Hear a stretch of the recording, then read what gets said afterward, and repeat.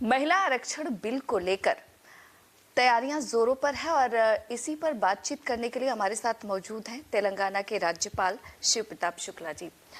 सबसे पहले आपसे मैं महिला आरक्षण बिल पर आपका रिएक्शन जानना चाहूंगी, आप इसे कैसे देखते हैं?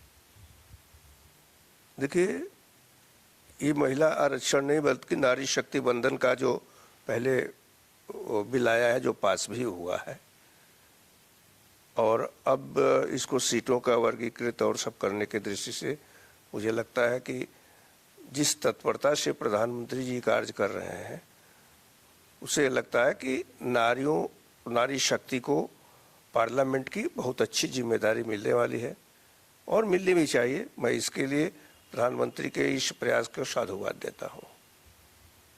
देखा जाए तो ज्योतिबा फूले का जयंती भी है और आपको लगता है कि इससे कुछ दिन पहले से ही तैयारियां जोरों पर हो गई महिला नारी वंदन अधिनियम विधेयक को लेकर और एक बड़ा मौका मिलेगा आधी आबादी को देश की? सब आज ज्योतिबा फूले जी का जन्म जयंती है। उनकी पत्नी सावित्रीबाई फूले थी। वो प्रथम अध्यापिका के रूप में उनको जाना जाता है और उस समय दोनों ने मिलकर के नारी शिक्षा के लिए जितना बृहद कार्य किया था, वह अद्भुत है, उदाहरण उसका दिया जा सकता है। और उस क्रम में महिला आरक्षण पर तो बहुत से लोगों ने बात की, लेकिन इसको प्रधानमंत्री श्रीमान नरेंद्र मोदी जी ने जिस प्रकार से लिया और आधी आबादी को उनका 33% का जो पास हुआ है नारी शक्ति बंधन का, तो वो बिल तो उस आधार पर नारियों को संसद में, विधानसभाओं में समान रूप से एक अच्छा प्रतिनिधित्व मिलेगा, जो मिलना ही चाहिए था। उनकी मांग तो कभी ऐसी नहीं थी, लेकिन प्रधानमंत्री ने बढ़कर के उसको दिया, ये सबसे बड़ी बात थी।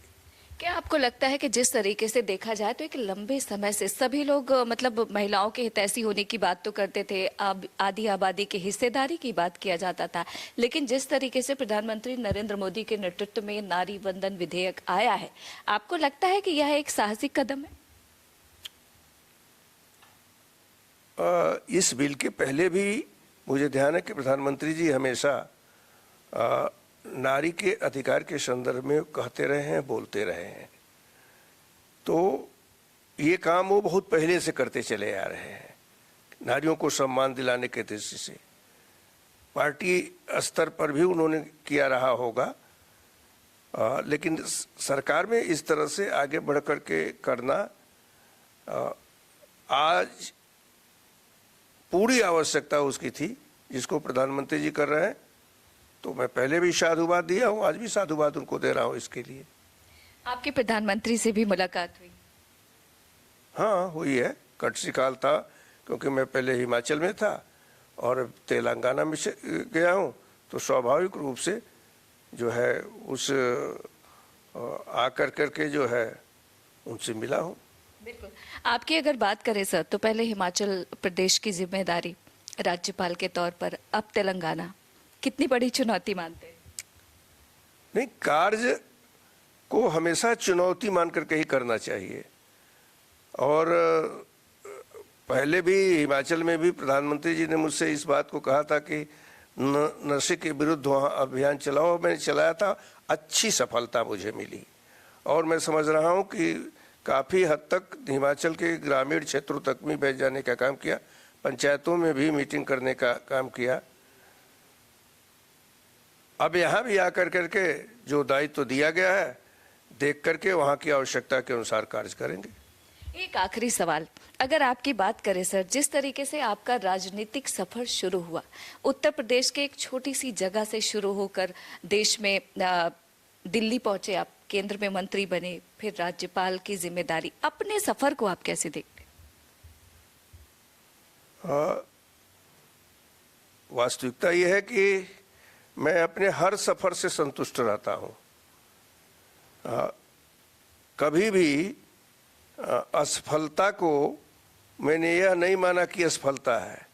हम ये मान करके चले कि कार्य में कहीं त्रुटि रही होगी तो वो हुआ होगा, लेकिन कार्य करते रहे।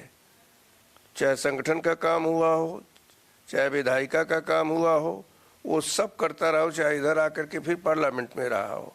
जो दायित्व मुझे दिया गया, मैं उस दायित्व को पूरी तौर पर पूरा करने का काम यही सोचकर करता था कि नहीं, मुझे करना ही करना है, और चुनौती मानता था। तो हर दृष्टि से मैं, लोग असफलता मानते होंगे, मेरा यह मानना रहा कि नहीं, जो जो काम दिया गया है उस काम को करके अपने को उसके अनुरूप सिद्ध करो, और मैंने सिद्ध किया है। धन्यवाद हमसे बातचीत करने के लिए। दिल्ली से इंडिया पोस्ट न्यूज के लिए ममता चतुर्वेदी।